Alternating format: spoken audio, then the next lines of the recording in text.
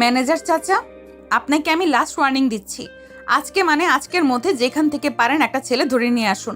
আমাকে আজকে বিয়ে করতে হবে। কিন্তু মামুনি, এভাবে হুট করে রাস্তা থেকে কাউকে ধরে এনে তো আর তোমার মতো মেয়ের বিয়ে দেওয়া যায় না। বড় সাহেব রাগের মাথায় একটা কঠিন শর্ত দিয়েছেন বলে কি তুমিও নিজের জীবন নিয়ে পাগলামি শুরু করবে? আমার কাছে এছাড়া আর কোনো অপশন নেই চাচা। দাদু যেভাবে আমাকে ব্ল্যাকমেল করছে, সেখানে আমার কিছু করার নেই। দাদুর কথা না মানলে আমার তিলে তিলে গড়া এই বিজনেস এম্পায়ার দাদু চ্যারিটিতে বিলিয়ে দেবে।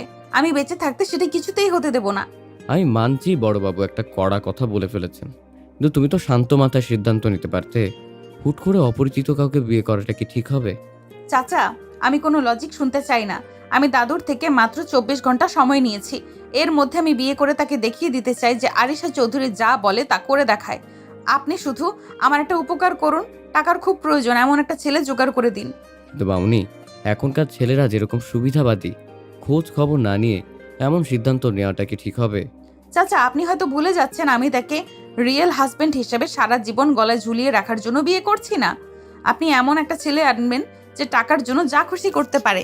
সে হবে আমার হাতের পুতুল আর কেনা দাস। তাকে বলবেন আমি তাকে 50 লাখ টাকা দিব, বিনিময়ে সে 1 মাস আমার স্বামী হওয়ার অভিনয় করবে। 1 মাস পর সে তার রাস্তায়, আমি আমার রাস্তায়। তবে শর্ত একটাই, 1 মাস পর সে কোনোভাবেই আমাকে বিরক্ত করতে আসতে পারবে না। আপনি জানেন তো, আরিশা চৌধুরীকে বিরক্ত করার মতো কেউ আজও এই পৃথিবীতে জন্মায়নি। ম্যানেজার খুব ভালোভাবে বুঝতে পারলেন যে এই জেদি দাদু আর নাতনির ইগো লড়াইয়ের মাঝে তিনি চিপায় পড়ে গেছেন। আরিশাকে তিনি ছোটবেলা থেকে নিজের মেয়ের মতো আগলে রেখেছেন। আরিশার যখন 2 বছর বয়স, তখন এক কার অ্যাক্সিডেন্টে তার বাবা মা মারা যান। তারপর থেকে দাদুর কড়া শাসনের পাশাপাশি এই ম্যানেজারের মতামতেই সে বড় হয়েছে। ম্যানেজার তাকে নিয়ে খুবই চিন্তিত, তাই যার তার হাতে এই মেয়েকে তুলে দিতে তার মন সায় দিচ্ছে না। তিনি আরিশার কেবিন থেকে বেরিয়ে পড়েন এক কঠিন দায়িত্ব কাঁধে নিয়ে। চাচা, আপনার কি হয়েছে? কেউ আছেন? হেল্প করুন প্লিজ। চাচা, শরীর থেকে অনেক রক্ত বের হচ্ছে। এখনই হসপিটালে না নিলে ওনাকে বাঁচানো যাবে না। বাবা, প্লিজ আমাকে একটু বাঁচাও। আগামী সপ্তাহে আমার মেয়ের বিয়ে। আমি মরে গেলে আমার পুরো পরিবারটা রাস্তায় এসে দাঁড়াবে বাবা। আপনার কিচ্ছু হবে না চাচা, আমি আছি তো, আপনি চিন্তা করবেন না। ওরে ভাই, আপনারা কেউ কি একটু সাহায্য করবেন? একটা গাড়ি থামান প্লিজ। আকাশের আকুতি শুনেও রাস্তার লোকগুলো যেন কানে তুলো দিয়ে রেখেছিল যে যার কাজে ব্যস্ত। কেউ এই আপৎকালীন ঝামেলায় জড়াতে চায় না। আকাশ বারবার হতাশ হচ্ছিল। এই যান্ত্রিক শহরের মানুষের অমানবিকতা দেখে তার মন বিষিয়ে উঠছিল। একটা মানুষ রক্তাক্ত অবস্থায় মৃত্যুর সাথে পাঞ্জা লড়ছে, অথচ মানুষগুলো স্বার্থপরের মতো পাশ কাটিয়ে চলে যাচ্ছে। আকাশ মূলত এখানে একটা চাকরির ইন্টারভিউ দিতে এসেছিল। ইন্টারভিউ দিয়ে ফেরার পথে সে দেখে একটি দ্রুতগামী গাড়ি এই পথচারী লোকটিকে ধাক্কা দিয়ে পালিয়ে যায়। আকাশ দৌড়ে এসে লোকটির মাথা নিজের হাঁটুর উপরে রাখে এবং পাগলের মতো মানুষের কাছে সাহায্য চাইতে থাকে, কিন্তু পুলিশি ঝামেলার ভয়ে কেউ দাঁড়াতেই চাইছে না। হঠাৎই আকাশ দেখল দূর থেকে একটি কালো রঙের দামি গাড়ি আসছে। সে লোকটিকে সাবধানে রাস্তার ধারে শুইয়ে দিয়ে দৌড়ে গিয়ে গাড়ির সামনে দাঁড়িয়ে পড়ে। ড্রাইভার, ব্রেক করো। দেখতে পাচ্ছ না সামনে একটা ছেলে দাঁড়িয়ে আছে? ড্রাইভার সজোরে ব্রেক কষলে ম্যানেজার কিছুটা বিরক্ত হন। ড্রাইভার জানলার কাচ নামিয়ে আকাশকে বকতে শুরু করতেই আকাশ দৌড়ে এসে ম্যানেজারের হাত পা ধরে আকুতি করতে থাকে। ম্যানেজার প্রথমে বিরক্ত হলেও আকাশের চোখের পানি আর লোকটির অবস্থা দেখে তার ভেতরে মায়া কাজ করে। একদিনে আরিশার দেওয়া 24 ঘন্টার ডেডলাইন। এই মুমূর্ষু মানুষটি সব মিলিয়ে তিনি দ্রুত লোকটিকে গাড়িতে তোলার নির্দেশ দেন। হাসপাতালে পৌঁছানোর পর আকাশ নিজের সব ফর্মালিটি পূরণ করে। ডাক্তার যখন জানায় যে লোকটির জন্য জরুরি ভিত্তিতে ও পজিটিভ রক্ত প্রয়োজন, আকাশ এক মুহূর্ত দেরি না করে নিজের রক্ত দিতে রাজি হয়ে যায়। তুমি তোমার বাবাকে খুব ভালোবাসো, তাই না বাবা? রক্ত দেওয়া শেষে আর আকাশ যখন ক্লান্ত শরীরে শুয়েছিল, ম্যানেজারের প্রশ্নে সে চোখ মেলে তাকায়। তারপর একটা দীর্ঘশ্বাস ফেলে ম্লান হেসে জবাব দেয়, উনি আমার বাবা নন আঙ্কেল। তাহলে এই অপরিচিত মানুষের জন্য তুমি নিজের জীবনের ঝুঁকি নিলে, নিজের রক্ত দিচ্ছ? আকাশ শুরু থেকে শেষ পর্যন্ত পুরো ঘটনাটা ম্যানেজারকে খুলে বলে। ম্যানেজার অবাক হয়ে ছেলেটির দিকে তাকিয়ে থাকেন। এই যুগেও এমন নিঃস্বার্থ মানুষ হয় নাকি? ম্যানেজারের মনে হলো তিথি যা খুঁজছিলেন তা হয়তো পেয়ে গেছেন উনি। আকাশের মতো সৎ আর পরোপকারী ছেলেই পারে আরিশার জেদ সামলাতে। কিছুক্ষণ চুপ থেকে ম্যানেজার পকেট থেকে একটা পানির বোতল আকাশের হাতে ধরিয়ে দিয়ে বলল, আকাশ, আমিও তোমার মতো একসময় বেকার ছিলাম। আমি জানি অভাব আর দায়িত্ব মানুষকে কতটা অসহায় করে তোলে। তুমি যদি কিছু মনে না করো তবে আমি তোমার জন্য একটা কাজের ব্যবস্থা করতে পারি। তুমি কি আমার সাথে আসবে? আঙ্কেল, আমরা কি কোনো অফিসের দিকে যাচ্ছি? আপনি কাজের কথা বলে আমাকে জজ কোর্টে নিয়ে আসলেন কেন? ধৈর্য ধরো আকাশ, তোমাকে আমি বলেছি যে একটা ব্যবস্থা করে দেব, সেটার জন্যই এখানে আসা। সুপুরে মেওয়া ফলে, বুঝলে? আসলে আমি অ্যাকাউন্টিংয়ে মাস্টার্স শেষ করে গত 2 বছর ধরে এই শহরটার অলিতে গলিতে ঘুরছি। আমার মতো এতিম ছেলের তো আর মামা চাচা নেই যে এক কথায় চাকরি হয়ে যাবে। ঘুষ দেওয়ার মতো সামর্থ্য আমার নেই। বিশ্বাস করেন আঙ্কেল, আজকেও ইন্টারভিউটা দারুণ দিয়েছিলাম, কিন্তু ওই যে দিন শেষে ওরা টাকার অঙ্ক আর চেনা মুখই খুঁজবে, তাই খুব দুশ্চিন্তায় আছি। আমি জানি বাবা, এই শহরে মেধার চেয়ে টাকার জোর বেশি চলে, কিন্তু তুমি আজ যা করলে, ওই অপরিচিত লোকটাকে বাঁচাতে নিজের রক্ত দিলে, এটা দেখে আমার মনে হচ্ছে তুমি অনেক বড় পদের যোগ্য। আমি শুধু বেঁচে থাকার একটা অবলম্বন চাইছি আঙ্কেল। 3 বেলা খেয়ে পড়ে ঢাকার এই মেসে টিকে থাকাটা এখন আমার জন্য বিলাসিতা হয়ে দাঁড়িয়েছে। আপনি যেখানেই নিয়ে যান আমি কাজ করতে রাজি আছি। ম্যানেজার আকাশের দিকে তাকিয়ে মনে মনে একটা গভীর দীর্ঘশ্বাস ফেললেন। আকাশের সরলতা আর অভাব তাকে মুগ্ধ করলেও আজ তাকে এক জটিল জালে জড়াতে যাচ্ছেন তিনি। ম্যানেজারের পকেট থেকে ফোন বের করে আরিশা চৌধুরীর ডায়াল করে দ্রুত কথা বলে নিলেন। হ্যালো মামুনি, শোনো, তুমি যেটা চেয়েছিলে সেটা পাওয়া হয়ে গিয়েছে। একদম পারফেক্ট একজন পেয়েছি। তুমি কোনো দেরি না করে প্রয়োজনীয় কাগজপত্র নিয়ে এক্ষুনি জজ কোর্টে চলে আসো। আমি এখানে তোমার জন্য অপেক্ষা করছি। বিয়ে, কোর্ট, মামুনি, আঙ্কেল, আপনি কার সাথে কথা বলছেন? আর আমাকেই বা এখানে কেন নিয়ে আসা হলো? এখানে তো চাকরির কোনো অফিস দেখছি না। চুপচাপ বসে থাকো আকাশ, এক্ষুনি সব জানতে পারবে। তোমার জীবন বদলে যাওয়ার সময় এসেছে। গাড়ি এসে থামলো জজ কোর্টের সামনে। কিছুক্ষণ পরেই সেখান থেকে একটি রাজকীয় সাদা রঙের মার্সিডিজ এসে থামলো। গাড়ি থেকে নামলো এক অনন্য সুন্দরী কিন্তু অহংকারী চেহারার একটা মেয়ে, আরিশা চৌধুরী। সে সোজা ম্যানেজারের সামনে এসে দাঁড়ালো। ম্যানেজার চাচা, এই সেই ছেলে? একেই আপনি আমার জন্য পছন্দ করেছেন? একে তো দেখে মনে হচ্ছে রাস্তার কোনো ভিখারি। এক্সকিউজ মি, আপনি কে? আর আমাকে এভাবে কথা বলছেন কেন? আঙ্কেল, ইনি কে? আর উনি আমাকে অপমান করার সাহস পাচ্ছেন কোত্থেকে? শান্ত হও আকাশ। মামুনি, তুমি বাইরে থাকো, আমি ওর সাথে আলাদা করে কথা বলে নিচ্ছি। আকাশ, আমার দিকে তাকাও। তোমার খুব টাকার দরকার না? আমার চাকরির দরকার আঙ্কেল। টাকার জন্য আমি ভিক্ষা করতে আসিনি। কাজটা অনেকটা সেরকমই। তোমাকে এই মেয়েটির স্বামী সেজে থাকতে হবে, মাত্র 1 মাসের জন্য। এটা একটা কন্ট্রাক্ট। এই 1 মাসে তুমি যা চাইবে তাই পাবে, আর 1 মাস শেষ হলে তোমাকে নগদ 50 লাখ টাকা দেওয়া হবে। কি বলছেন আপনি এসব? আপনার কি মাথা ঠিক আছে? বিয়ের মতো একটা পবিত্র সম্পর্ক নিয়ে আপনারা ব্যবসা করতে চাইছেন? আমি গরিব হতে পারি, কিন্তু আমার ব্যক্তিত্ব বিক্রি করতে আসিনি। টাকা দিয়ে কি সব কেনা যায়? আমি এই ডিল মানি না। দেখেছেন চাচা, ছোট লোকের আবার ব্যক্তিত্ব। শোনো ছেলে, এই ড্রামা বন্ধ করো। তোমার মতো হাজারটা ছেলে আমার পেছনে ঘুরঘুর করে শুধু এক নজর দেখার জন্য। তোমাকে আমি স্বামী হওয়ার কোনো পার্মানেন্ট লাইসেন্স দিচ্ছি না। শুধু দাদুর জেদ ভাঙার জন্য তোমাকে আমার একটা দাস হিসাবে দরকার। 50 লাখ টাকা তোমাকে তোমার 7 গোষ্ঠী একসাথে চোখে দেখেনি। রাজি হলে হও, না হলে আবার ওই ফুটপাতে গিয়ে শুয়ে থাকো। আপনি ঠিক বলেছেন মিস চৌধুরী, আমি ফুটপাতে শুতে পারি, কিন্তু নিজের আত্মা বিক্রি করতে পারি না। আঙ্কেল, আপনি আমাকে চাকরির কথা বলে এখানে এনে চরম অপমান করলেন। আমি আসছি। আকাশ, 1 মিনিট দাঁড়াও। আবেগ দিয়ে পৃথিবী চলে না বাবা। তুমি এখান থেকে বেরিয়ে যাবে, তারপর কি হবে? আবার সেই ম্যাচে যাবে।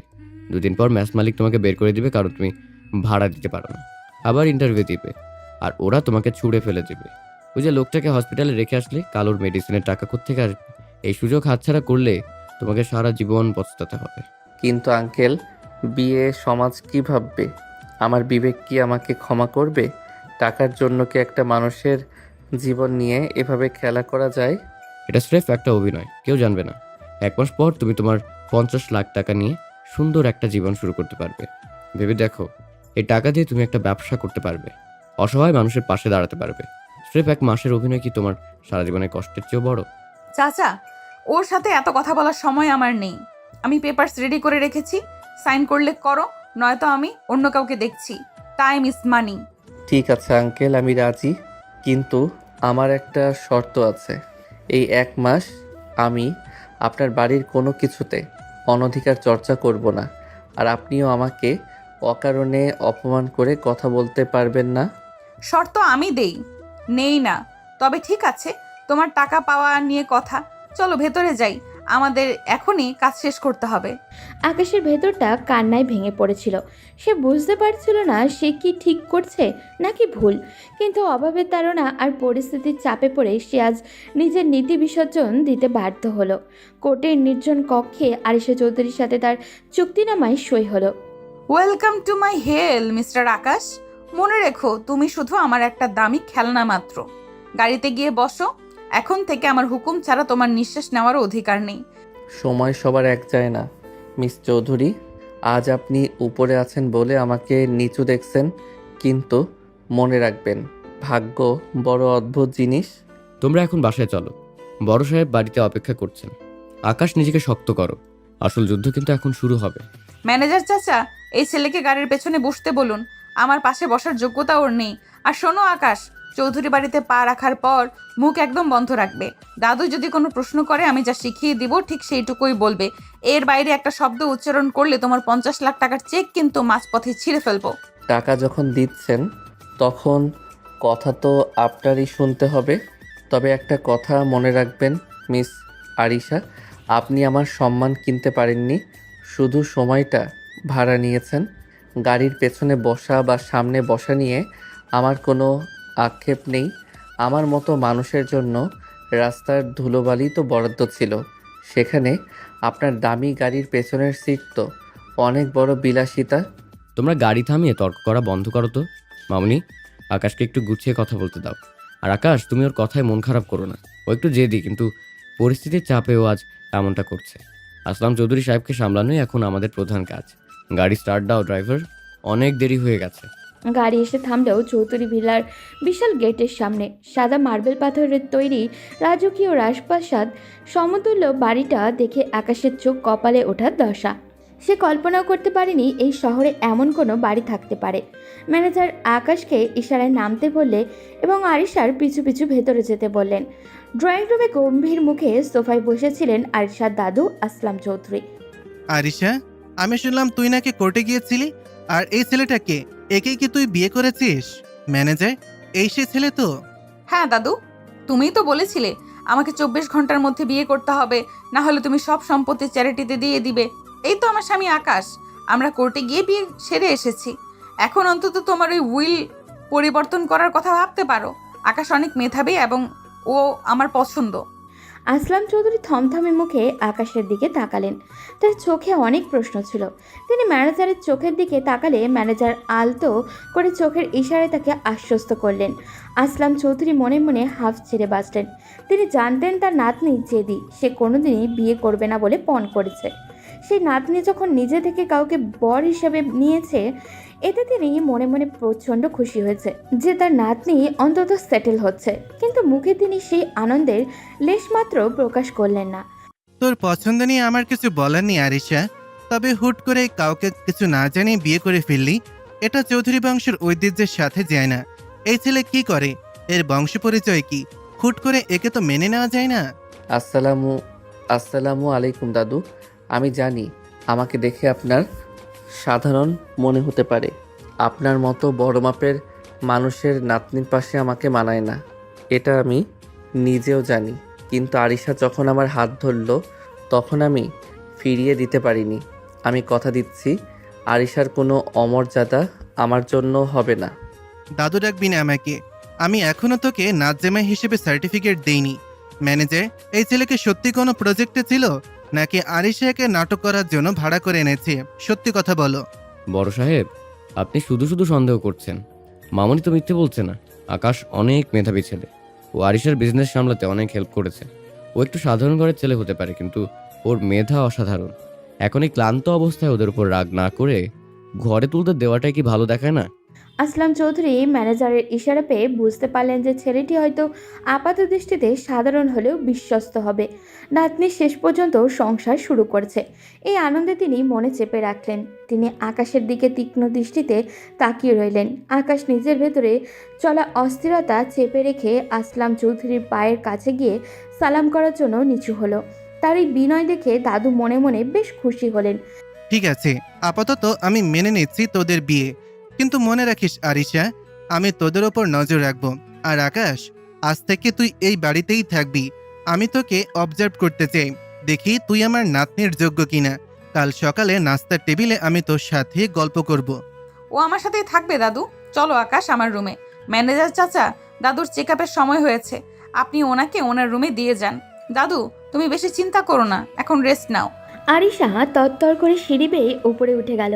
আকাশ একবার ম্যানেজারের দিকে তাকালো। ম্যানেজার চোখ বন্ধ করে তাকে সাহস দিলেন। আকাশ ধীর পায়ে আরিশার রাজকীয় রুমের দিকে এগিয়ে গেল। রুমের ভেতরে ঢোকা মাত্রই আরিশা ঝট করে দরজাটা ভেতর থেকে লক করে দিল এবং আকাশের দিকে কঠোর চোখে তাকালো। How dare you! তুমি আমার দাদুর পা ছুঁয়ে সালাম করতে গেলে কেন? আমি তোমাকে কি বলেছি? তুমি এখানে আমার কেনা গোলাম হয়ে এসেছো, আমার পরিবারের আপন হতে আসোনি। বেশি ড্রামা করার চেষ্টা করবে না। আমি পরিস্থিতি সামাল দেওয়ার জন্য ওটা বলেছি।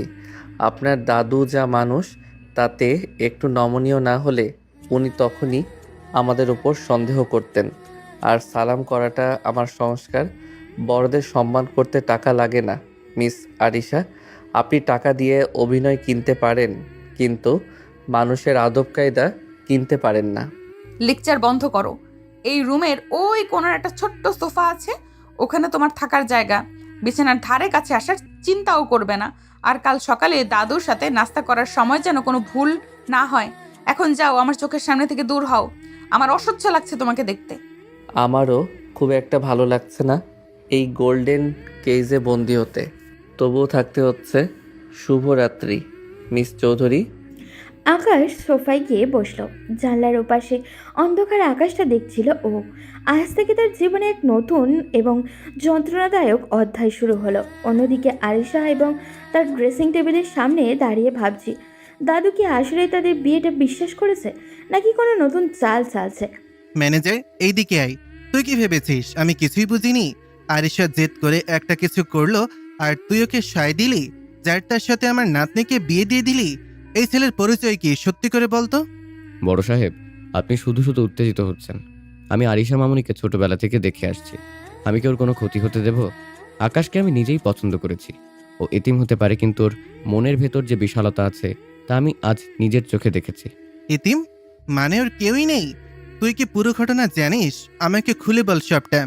বড় সাহেব, ছেলেটা আজ একটা অপরিচিত রক্তাক্ত মানুষকে বাঁচানোর জন্য নিজের ইন্টারভিউ ছেড়ে দিয়েছে, নিজের শরীরে রক্ত দিয়েছে। ওর পকেটে একটা টাকা নেই, অথচ ও মানুষটাকে বাঁচানোর জন্য পাগল হয়ে গিয়েছিল। আরিশা মামুনি যখন শর্ত দিল যে একটা ছেলে লাগবেই, তখন আমার মনে হলো আকাশের চেয়ে ভালো আর কেউ হতে পারে না। আমি ওকে পুরো ডিলের কথা বলেছি। ও প্রথমে মানেনি, কিন্তু অভাব আর পরিস্থিতি ওকে বাধ্য করেছে। তার মানে এটা শুধুই একটা কন্ট্যাক্ট? আরিশা ওকে ভাড়া করে এনেছে দাদুর সম্পত্তি বাঁচানোর জন্য? সত্যি ম্যানেজার, এই যুগে এমন নিঃস্বার্থ ছেলে আছে যে অন্যের জন্য নিজের রক্ত দেয়? আকাশকে দেখে আমার প্রথম থেকেই আলাদা মনে হচ্ছিল। তবে শুধু রক্ত দিলেই তো হবে না, আরিশার স্বামী হওয়ার যোগ্যতা ওর আছে কিনা তা আমাকে বাজিয়ে দেখতে হবে। ছেলেটা যদিও আসলে খাঁটি হয়, তবে এই মিথ্যা বিয়েটাকেই আমি সত্যি করে দেব। এখন যা, আমাকে একটু একা থাকতে দে। আসলাম চৌধুরী রাতে ভালো করে ঘুমাতে পারলেন না। একদিকে তার নাতনির জেদ আর অন্যদিকে আকাশের মতো এক অদ্ভুত ছেলের উপস্থিতি তার মনে দোলা দিচ্ছিল। তিনি মনে মনে এক নতুন চাল চালার পরিকল্পনা করলেন। পরদিন সকালে চৌধুরীবিলার ডাইনিং টেবিলে এক রাজকীয় নাস্তার আয়োজন করা হয়েছে। আসলাম চৌধুরী গম্ভীর মুখে বসে আছেন। ঠিক তখনই আরিশা আর আকাশ সিঁড়ি দিয়ে নেমে আসে। তারা এমনভাবে হাত ধরাধরি করে আসছিল যেন তারা জগতের সবচেয়ে বেশি সুখী দম্পতি। গুড মর্নিং দাদু, তুমি কি আমাদের জন্য অপেক্ষা করছো? সরি, আজ উঠতে একটু দেরি হয়ে গেল।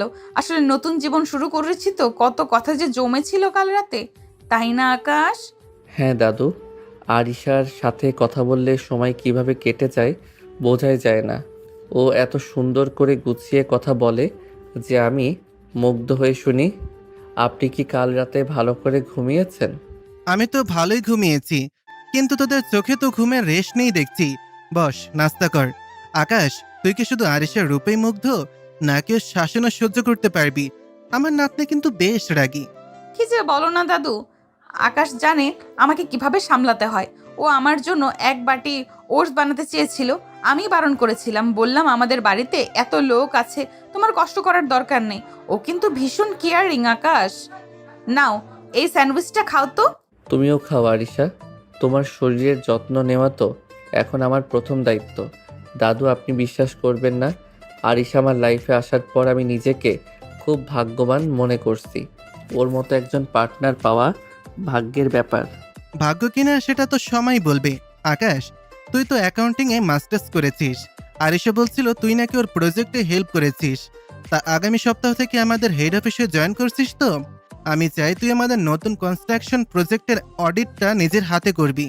দাদু, ওকে এখনই অফিসে নিতে চাইছো কেন? মাত্র তো বিয়ে হলো, আমরা একটু সময় কাটাতে চাই। ও তো আমার সাথেই কাজ করছে। আরে নাজ্জামাই যদি অফিসের কাজে হাত না দেয়, তবে আমি শান্তি পাবো কিভাবে? আকাশ, তোর কোনো আপত্তি নেই তো? নাকি তুই শুধু স্ত্রীর আঁচল ধরেই থাকবি? আমার কোনো আপত্তি নেই দাদু, আপনি যখন দায়িত্ব দিচ্ছেন আমি সাধ্যমতো চেষ্টা করব আপনার ভরসা রাখতে। আরিশা তো আছেই আমাকে গাইড করার জন্য। আরিশা, দাদু যখন বলছে তখন আমি অফিসে গেলে উনিও খুশি হবেন, তাই না? আরিশার দাঁতে দাঁত চেপে আকাশের দিকে তাকিয়ে হাসল। সে বুঝতে পারল আকাশকে অফিসে নেওয়া মানেই দাদুর নতুন কোনো পরীক্ষা। নাস্তার টেবিলে হাসি খুশি অভিনয়ের আড়ালে একটা শীতল লড়াই শুরু হয়ে গেছে। আকাশ খুব চমৎকারভাবে আরিশার সাথে তাল মিলিয়ে কথা বলছিল, যা দেখে আসলাম চৌধুরীর সন্দেহ আরও দানা বাঁধছে। নাস্তা শেষ করে আসলাম চৌধুরী যখন ওখান থেকে উঠে গেলেন, আরিশা আকাশের কানের কাছে ফিস ফিস করে বলে উঠল, এই যে মিস্টার অ্যাক্টর, বেশি ওভার অ্যাক্টিং করতে যেও না। দাদুর সামনে হাত ধরলে কেন? আর দাদুকে কথা দিলে কেন যে তুমি অফিসে যাবে? তুমি জানো না ওটা কতটা রিস্কি? দাদুর সামনে হাত না ধরলে উনি সন্দেহ করতেন। আর অফিসে যাওয়ার অফার উনি এমনভাবে দিয়েছেন যে না করার উপায় ছিল না। আমি তো শুধু আপনার স্ক্রিপ্ট ফলো করছি। মিস চৌধুরী, আপনার দাদু কিন্তু আমাদের অভিনয়ের উপর পিএইচডি করার ক্ষমতা রাখেন, তাই একটু তো ন্যাচারাল হতেই হবে। চুপ করো। অফিসে গিয়ে যদি কোনো গোলমাল করো তবে 1 মাসের আগেই তোমাকে জেলখানায় পাঠিয়ে দেব। এখন যাও, রেডি হয়ে নাও, ম্যানেজার চাচার সাথে অফিসে যাবে। আর মনে রেখো, ওখানে তুমি আমার স্বামী নও, একজন সাধারণ এমপ্লয়ি মাত্র। আকাশ নিজের দীর্ঘশ্বাস চেপে নিজের কামরার দিকে গেল। সে জানতো এই অভিনয়ের পথটা খুব একটা সহজ হবে না। দাদুর তীক্ষ্ণ নজর আর আরিশার দম্ভের মাঝখানে তার নিজেকে প্রমাণ করতে হবে।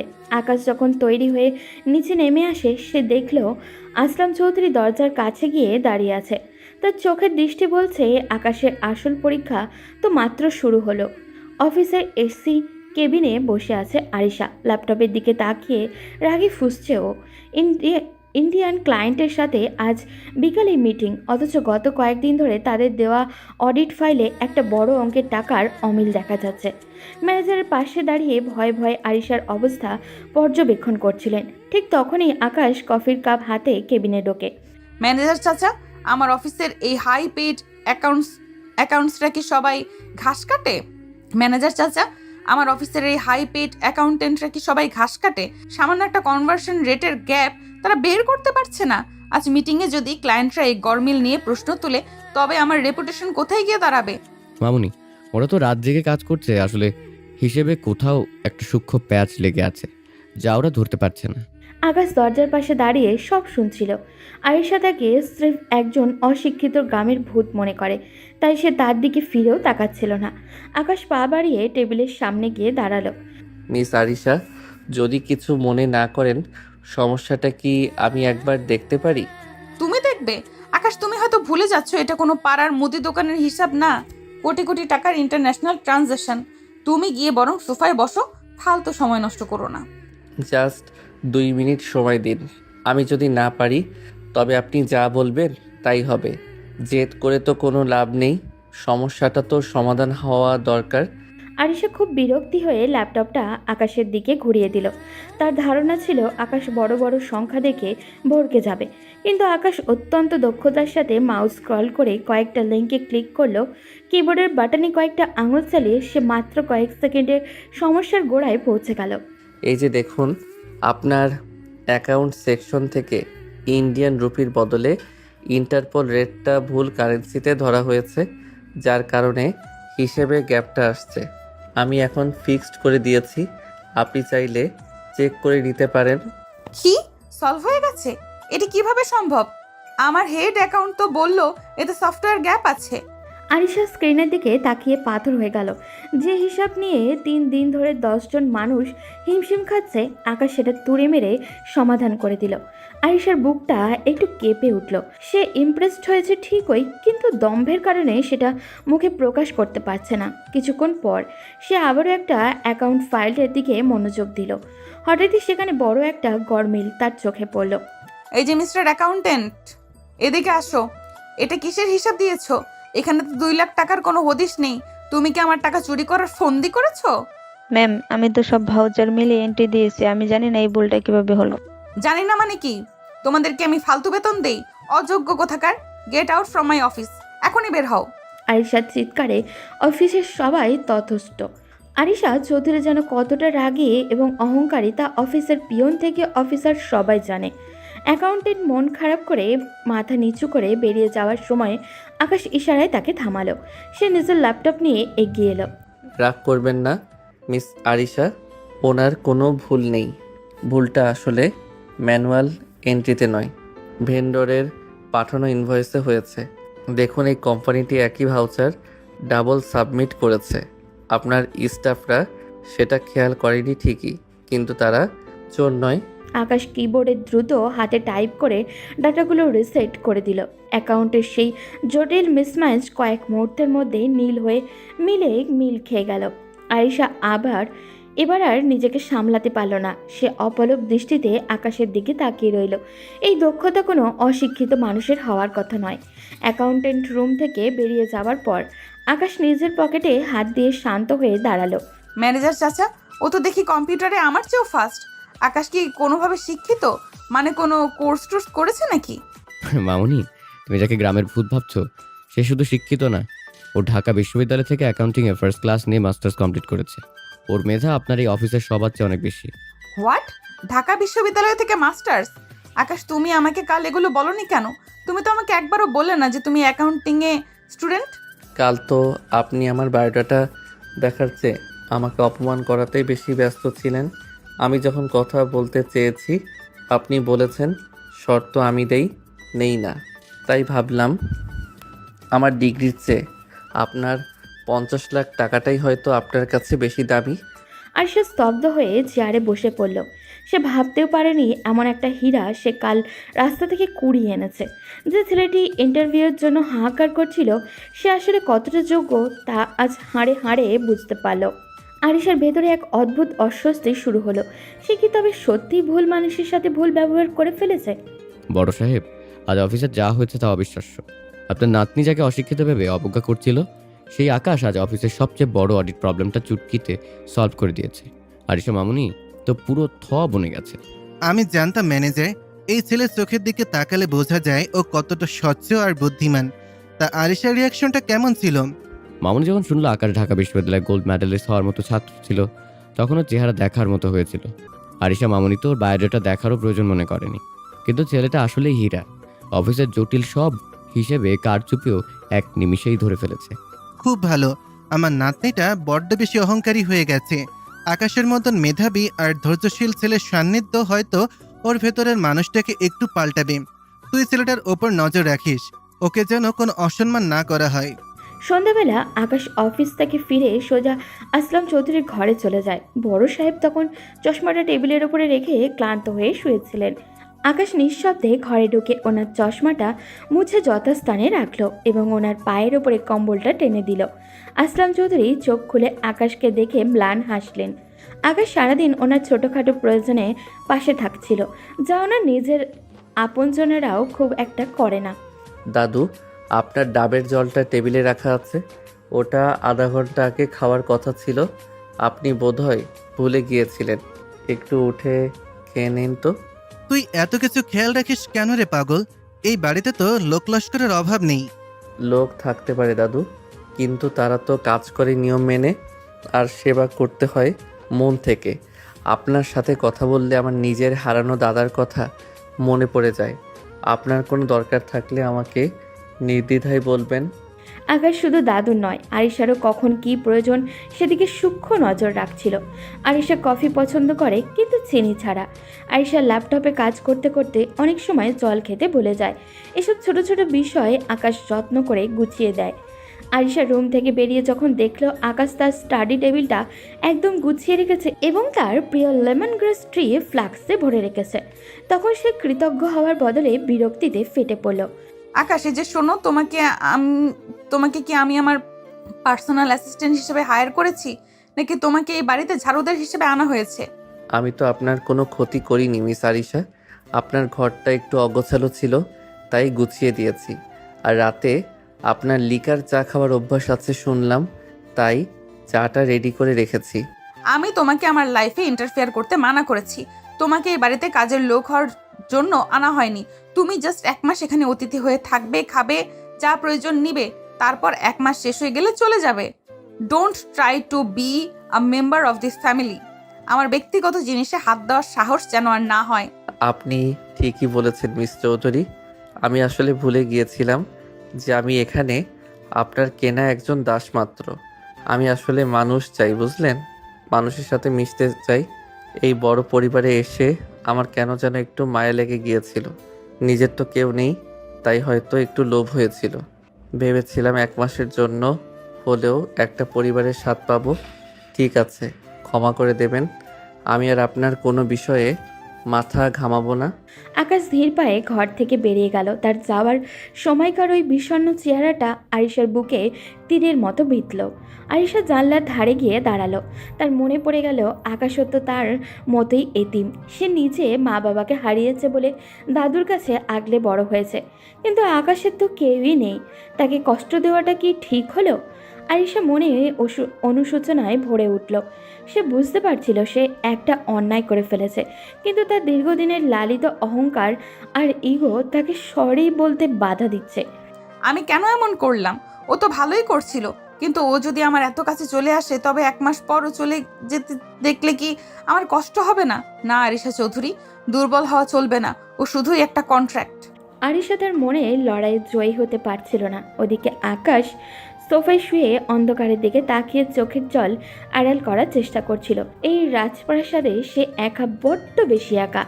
দামি খাবার আর দামি বিছানা তাকে শান্তি দিতে পারছে না, যতটা আরিশার একটা ভালো ব্যবহারের জন্য তার মন হাহাকার করছিল। গতকালের অপমানের পর আকাশ আজ অনেকটা নির্লিপ্ত। অফিসে এসে সে নিজের ডেস্কে মন দিয়ে কাজ করছে। আরিশা তার কেবিনে কাছের ওপার থেকে বারবার আকাশের দিকে তাকাচ্ছিল। তার মনে এক অদ্ভুত অস্বস্তি। কাল রাতে ছেলেটাকে অনেক কড়া কথা শুনিয়েছে সে, কিন্তু আজ অফিসে এসে সে দেখলেও আকাশ যেন আরও বেশি সিরিয়াস। আজ কোম্পানির একটা বড় ইনভেস্টমেন্টের ডিল হওয়ার কথা, কিন্তু শেষ মুহূর্তে ডাটা অ্যানালাইসিসে কিছু জটিলতা দেখা দিয়েছে। ম্যানেজার চাচা, ইনভেস্টররা তো এখনই চলে আসবে। আমাদের তো প্রেজেন্টেশনের গ্রাফগুলো তো মিলছে না। এখন কি করা যায়? আমি আকাশকে একবার ডেকে দেখবো। ও কাল যে পারফরমেন্স দেখিয়েছে আমার মনে হয় না ও এটা ঠিক করে দিতে পারবে। ডাকুন ওকে। তবে ও কি আসবে? কাল আমি ওকে একটু বকা দিয়েছিলাম। ম্যানেজার আকাশকে ডেকে আনলে আকাশ কোনো কথা না বলে সরাসরি ল্যাপটপ হাতে নিল। সে গত 3 বছরের প্রফিট মার্জিন আর আগামী 5 বছরের ফিউচার প্রজেকশনে এমন দুর্দান্তভাবে একটা গ্রাফ ফুটিয়ে তুলল যে আরিশা বিস্ময়ে বিমূঢ় হয়ে গেল। আকাশ শুধু অঙ্ক মেলায় না, সে ডাটা দিয়ে ভবিষ্যৎও পড়তে পারে। আরিশার মনের ভেতরে থাকা সব ভুল ধারণা আজ যেন কর্পূরের মতো উড়ে গেল। সে মনে মনে ভাবল, এই ছেলেটি কি সত্যি ঈশ্বর পেয়ে? স্যার, আপনার কফি। আকাশ মাথা তুলে দেখল অফিসের রিসেপশনিস্ট রিয়া হাসি মুখে দাঁড়িয়ে আছে।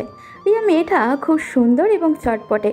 কাল থেকেই সে লক্ষ্য করেছে এই নতুন ছেলেটার অসামান্য মেধা আর তার শান্ত স্বভাব। অফিসের বড় বড় অফিসাররাও যেখানে অহংকারকে মাটিতে পা ফেলে না, সেখানে আকাশের মতো একজন মেধাবী মানুষের এত সাধারণ আচরণ রিয়াকে মুগ্ধ করেছে। ও থ্যাংক ইউ, কিন্তু আমি তো কফি অর্ডার করিনি। আমি জানি আপনি করেননি, কিন্তু আপনার চেহারায় ক্লান্তির ছাপ দেখা যাচ্ছে। তাই ভাবলাম আমার পক্ষ থেকে 1 কাপ কফি আপনাকে সারপ্রাইজ হিসাবে দিই। আমি রিয়া, রিসেপশনে থাকি। আপনি তো আকাশ, তাই না? জি, আমি আকাশ। ধন্যবাদ কফির জন্য। আসলে কাজের চাপে ক্লান্ত হয়ে পড়েছিলাম। আপনি তো দেখি জাদুকর। পুরো অফিস আজ আপনাকে নিয়ে কথা বলছে। আরিশা ম্যামের মতো রাকি মানুষকে আপনি যেভাবে শান্ত করে দিলেন, এটা অবিশ্বাস্য। আমি কিন্তু খুব মিশুক, কথা বলতে পছন্দ করি। আপনি চাইলে আমরা ফ্রেন্ড হতে পারি। রিয়া খুব সহজভাবে কথাগুলো বলল। আকাশ প্রথমে একটু জড়সড় থাকলেও রিয়ার বন্ধুসুলভ আচরণে সে কিছুটা সহজ হলো। এই যান্ত্রিক শহরে আরিশা চৌধুরীর বাড়িতে যখন সে প্রতিনিয়ত অপমানিত হচ্ছে, সেখানে রিয়ার মতো একজন সাধারণ মেয়ের হাসি আর বন্ধুত্বপূর্ণ কথা তাকে একটু তো স্বস্তি দিল। আচ্ছা আকাশ, আপনি কি সবসময় এত গম্ভীর থাকেন? একটু হাসুন না, হাসলে আপনাকে আরো বেশি স্মার্ট লাগে। আপনার লাঞ্চ কি হয়েছে? না হলে আমরা একসাথে ক্যান্টিনে যেতে পারি। হুম, আসলে নাস্তা দেরি করে করেছি তো, তাই এখনও লাঞ্চের কথা ভাবিনি। তবে আপনার সাথে কথা বলে ভালো লাগলো। আপনি খুব সুন্দর কথা বলেন। রিয়া আর আকাশের এই কথোপকথন আরিশা কেবিনের ভেতর থেকে স্পষ্ট দেখতে পাচ্ছিল। সে লক্ষ্য করলো আকাশ রিয়ার সাথে বেশ সহজভাবেই হাসছে, যা তার সাথে কোনো দিনও করেনি। কেন জানি আরিশার বুকের ভেতরটা একটু খচখচ করে উঠল। তার মনে হলো রিয়া কেন আকাশের সাথে এত ভাব জমাচ্ছে। আকাশ তো তার কন্ট্রাক্ট হাজব্যান্ড। এই রিয়া মেয়েটা তো বড়ই ফাজিল। কাজের সময় ফালতু গল্প করছে কেন? আর আকাশটারই বা কেমন? যার তার সাথে দাঁত বের করে হাসছে। কাল তো অনেক বড় বড় কথা বললো যে ও পরিবার চায়, মায়া চায়। এখন দেখি রিসিপশনিস্টের সাথেও মায়া বাড়াচ্ছে। রিয়া, এটা কি অফিসের আড্ডাখানা? যাও নিজের কাজে ফেরো। আর আকাশ, কাজ শেষ হলে আমার কেবিনে আসো এক্ষুনি। দিনগুলো এখন এক অদ্ভুত ছন্দে কাটছে। বাইরে থেকে দেখলে মনে হয় চৌধুরী ভিলার আকাশে আরিশার দাম্পত্য জীবনে বসন্ত বইছে, কিন্তু ভেতরে ভেতরে চলছে অধিকার আর অস্তিত্বের এক শীতল লড়াই। সকালে নাস্তার টেবিলে আসলাম চৌধুরী সামনে, তারা দুজনে যেন আদর্শ দম্পতি। আকাশ, তোমার টাইটা আজ আবার একটু বাঁকা হয়েছে। কতবার বলবো যে আয়নার সামনে দাঁড়িয়ে পড়বে? না, আমি ঠিক করে দিচ্ছি। আরে তুমি থাকতে আমার আয়নার কি দরকার? তুমি যখন আছো তখন আমার পরিপাটি হওয়া নিয়ে তো চিন্তাই নেই, তাই না দাদু? তা তো বটেই। তোদের এই খুনসুটি দেখলে মনে হয় যেন আমার হারানো যৌবন ফিরে পাচ্ছি। আকাশ, তোকে পেয়ে আমার নাতনিটা কিন্তু অনেকটা পাল্টে গেছে। আগে তো হাসতেই ভুলে গিয়েছিল। দাদু, তুমি না মাঝে মাঝে বড্ড বেশি বলো। আমি কিন্তু মোটেও পাল্টাইনি। আমি যেমন ছিলাম তেমনই আছি। আকাশ, কফিটা শেষ করো, অফিসের দেরি হয়ে যাচ্ছে। আসলাম চৌধুরীর ওপর থেকে হাসলেও মনে মনে সবটাই জানেন। তিনি খুব ভালো করেই বুঝতে পারছেন যে এই সবটাই আরিশার সাজানো নাটক আর আকাশের নিখুঁত অভিনয়। তবুও তাদের এই সম্মিলিত প্রচেষ্টা ওনার বেশ ভালোই লাগছে। তিনি মনে মনে ভাবেন, অভিনয় করতে করতে যদি সত্যি মায়ায় পড়ে যায় তবে মন্দ কি। Good morning sir. আজ কিন্তু আপনাকে ব্লু শার্টে একদম হিরো লাগছে। আরিশা ম্যামের চয়েস তো দারুণ বলতে হবে। Good morning Riya.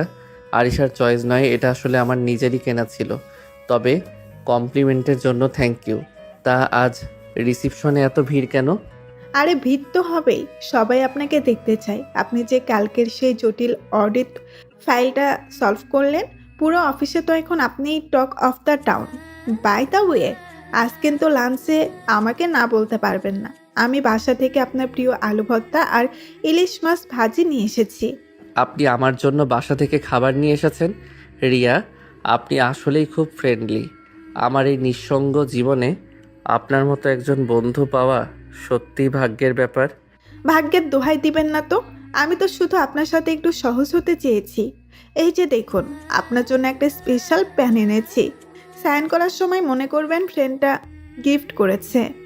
আরিশা নিজের কেবিন থেকে কাছের ওপারের এই দৃশ্যটা দেখছিল।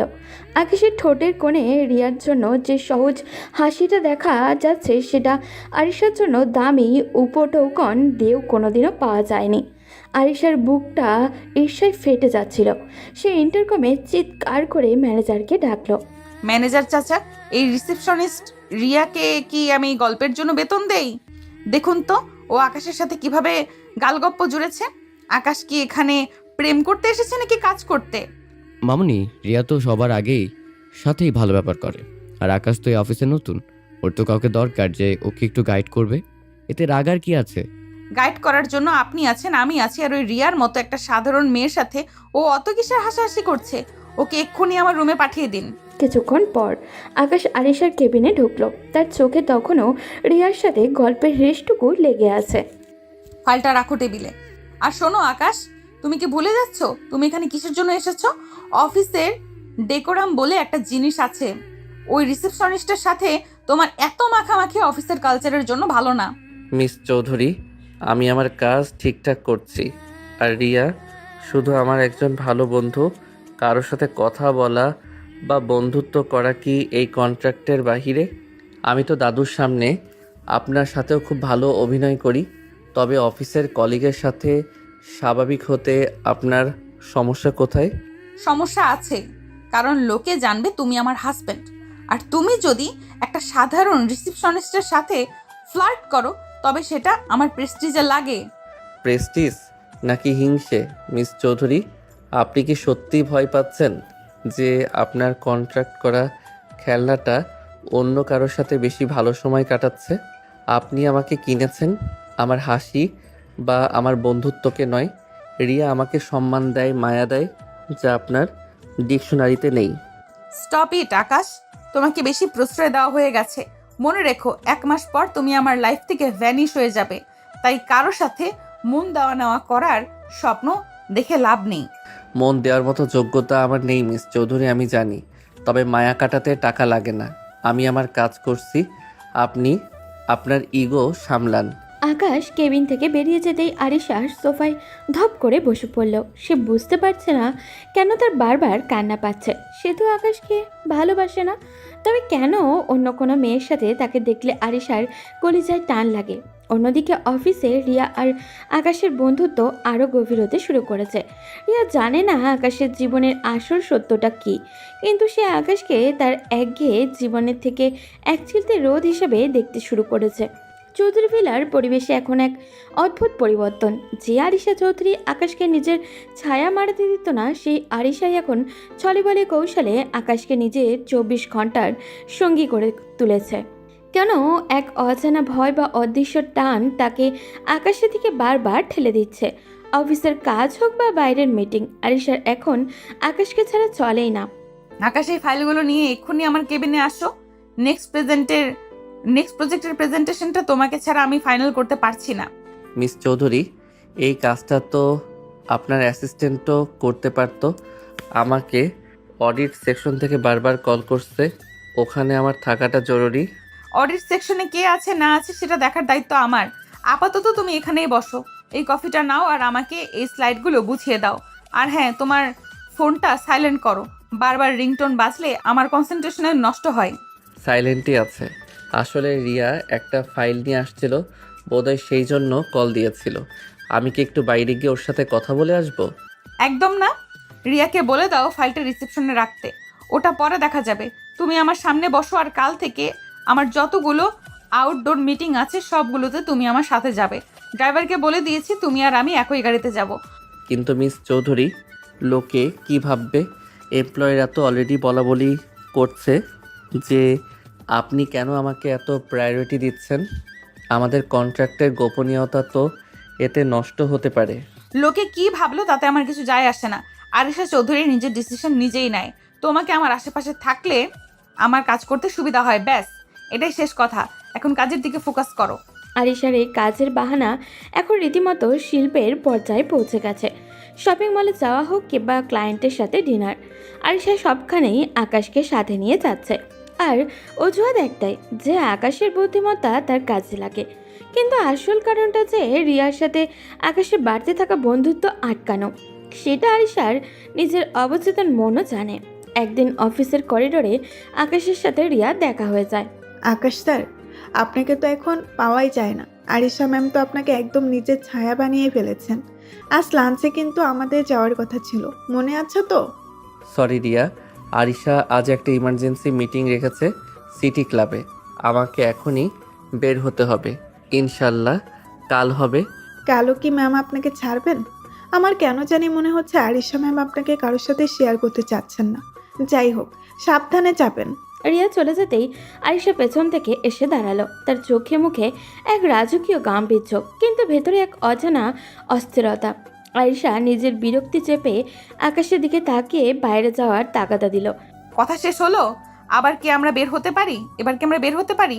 দেরি হলে ক্লায়েন্ট ইমপ্রেসড হবে না। চলো। গাড়ির ভেতরে এখন পিনপতন নীরবতা। আরিশা বারবার আর চোখে আকাশকে দেখছিল। আকাশ জানলার বাইরে তাকিয়ে শহরের যান্ত্রিকতা দেখছে। তার শান্ত অবয়ব আরিশার হৃদস্পন্দন বাড়িয়ে দিচ্ছে। হুট করেই একটা জোরালো ব্রেক কষল। আরিশা শরীরের ভারসাম্য হারিয়ে আকাশের কাঁধের উপরে গিয়ে পড়ল। কয়েক সেকেন্ডের জন্য সময় যেন থমকে গেল। মিস চৌধুরী, আপনি ঠিক আছেন তো? লেগেছে কোথাও? না, আমি ঠিক আছি। ড্রাইভার সাবধানে গাড়ি চালাও। আকাশ, তোমার শার্টের কলারটা একটু ঠিক করো। চৌধুরী গ্রুপের জামাই হিসেবে তোমাকে পারফেক্ট দেখা দরকার। আপনি কি সত্যি আমাকে চৌধুরী গ্রুপের জামাই ভাবছেন, নাকি 1 মাসের একটা অভিনয়কে খুব বেশি সিরিয়াসলি নিচ্ছেন? যা হওয়ার হচ্ছে, বেশি প্রশ্ন করো না তো। এই 1 মাস তুমি আমার প্রপার্টির মতো, তাই আমি যেখানে নিয়ে যাব সেখানেই তোমাকে যেতে হবে। আরিশা ওই অধিকারবোধ আকাশের মনে এক অদ্ভুত অনুভূতি তৈরি করেছে। সে বুঝতে পারছে আরিশার এই কঠিন খোলসের নিচে একটা নরম মন আছে, যা একা থাকতে ভয় পায়। রাতে বাড়ি ফেরার পর দাদু যখন দুজনকে একসাথে গাড়ি থেকে নামতে দেখলো, তার মুখে একটা তৃপ্তির হাসি ফুটে উঠল। কিরে আরিশা, আজ তো তোদের ফিরতে অনেক রাত হলো। খুব কি কাজের চাপ, নাকি নাচ জামাই কিনে শহর ঘুরছিলি? কাজেরই চাপ ছিল দাদু।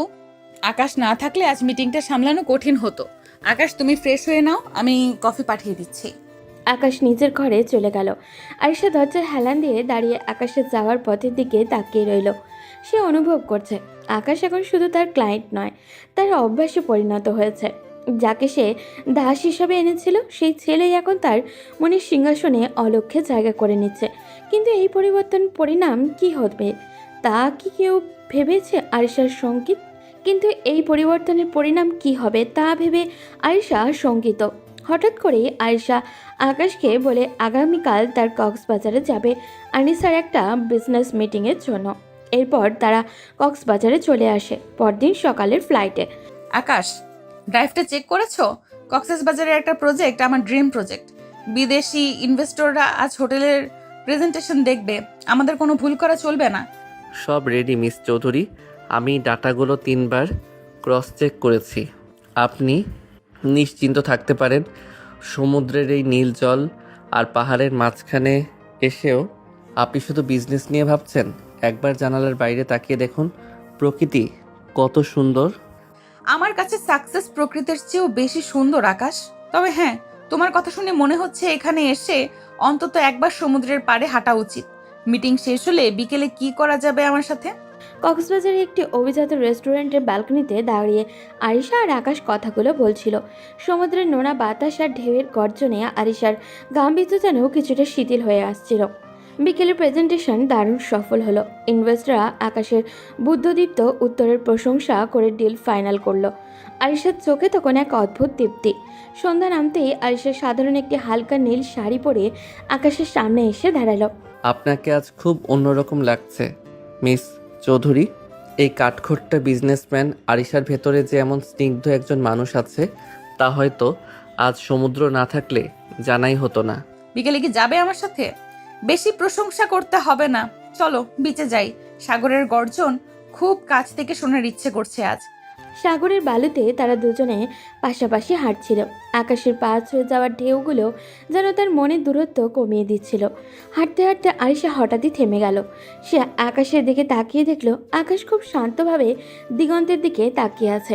আরিশার মনে হলো এই ছেলেটার সাথে থাকলে পৃথিবীটা কত সহজ হয়ে যায়। আকাশ, তুমি এখন এই 1 মাস শেষ করে চলে যাবে, তখন তোমার কি আমার কথা মনে পড়বে, নাকি 50 লাখ টাকা পেয়ে অভাগা আরিশাকে এক নিমেষে ভুলে যাবে? টাকা দিয়ে সময় কেনা যায় মিস আরিশা, কিন্তু স্মৃতি মোছা যায় না। আপনি আমাকে দাস বানিয়ে এনেছিলেন ঠিকই, কিন্তু আপনার এই নিঃসঙ্গতা আমি অনুভব করতে পারি। আপনার এই মায়া মাখা মুখটা ভুলে যাওয়া হয়তো আমার পক্ষে সম্ভব হবে না।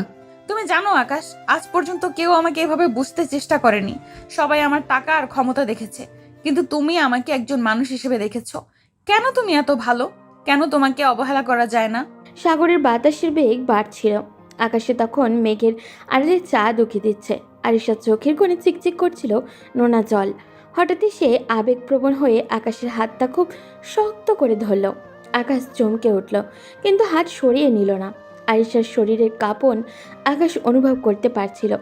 আকাশ, আমি আসলে খুব একা। এই বিশাল সাম্রাজ্য দিয়ে আমি কি করব যদি আমার কথা শোনার মতো কেউ পাশে না থাকে? আমি কি অনেক খারাপ? কেন আমি তোমাকে প্রথম থেকেই কষ্ট দিয়েছি? আপনি খারাপ নন আরিশা, আপনি আসলে ভালোবাসা পেতে ভয় পান, তাই অহংকারের আড়ালে নিজেকে লুকিয়ে রাখেন। কাঁদবেন না প্লিজ, আপনার চোখে জল মানায় না। আকাশ খুব হালকা করে আরিশার গাল থেকে অশ্রু মুছে দিল। সেই মুহূর্তে সমুদ্রের গর্জন ছাড়া আর শব্দ যেন স্তব্ধ হয়ে গেল। আরিশা নিজেকে আর সামলাতে পারল না। সে আকস্মিকভাবে আকাশের বুকের মধ্যে মুখ লুকালো। আকাশের হৃদস্পন্দন তখন দ্রুততর হচ্ছে। সে আরিশাকে দুহাতে জড়িয়ে ধরল। কক্সবাজারের সেই নির্জন সৈকতে চাঁদের আলোয় ভেসে যাওয়ার মুহূর্তে তারা দুজনেই খুব বাধা ভুলে একে অপরের অনেকটা কাছাকাছি চলে এলো। আকাশ, আমি হয়তো তোমাকে আর কোনোদিন যেতে দিতে পারবো না। আমাদের এই 1 মাসের চুক্তি কি সারা জীবন হতে পারে না? সময় সব প্রশ্নের উত্তর দেবে আরিশা, আজ শুধু এই সুন্দর মুহূর্তটাকে অনুভব করতে দিন। আরিশা আকাশের চোখের দিকে তাকালো। সে চোখে আজ ঘৃণা নেই, বরং কোনো রাগও নেই। আজ শুধু এক গভীর মুগ্ধতা। সাগরের ঢেউ এসে আছড়ে পড়েছিল তাদের পায়ের কাছে, আর তাদের মনের গভীরে বয়ে যাচ্ছিল অনুভূতির এক প্রলয়কারী ঝড়। আরিশা চৌধুরীর মতো কঠিন হৃদয় নারী আজ এক এতিম ছেলের ভালোবাসার কাছে সম্পূর্ণ আত্মসমর্পণ করলো। কক্সবাজার থেকে ফেরার পর আকাশ আর আরিশার সম্পর্কের সমীকরণটা একদমই বদলে গেছে। আরিশার সেই কঠিন ব্যক্তিত্ব এখন আকাশের সামনে এলেই তাসের ঘরের মতো ভেঙে পড়ে। তাদের মধ্যে এখন আর সেই মালিক আর দাসের দূরত্ব নেই। দেখতে দেখতে চুক্তির 25তম দিন কেটে গেল। ঘড়ির কাঁটা যেন এখন আরিশার কাছে এক একটা আতঙ্কের নাম। আকাশ, সোফায় শুলে তো তোমার পিঠে ব্যথা হয়। আজ থেকে তুমি চাইলে এই বড় বেডটার একপাশে ঘুমাতে পারো। আমার কোনো সমস্যা নেই।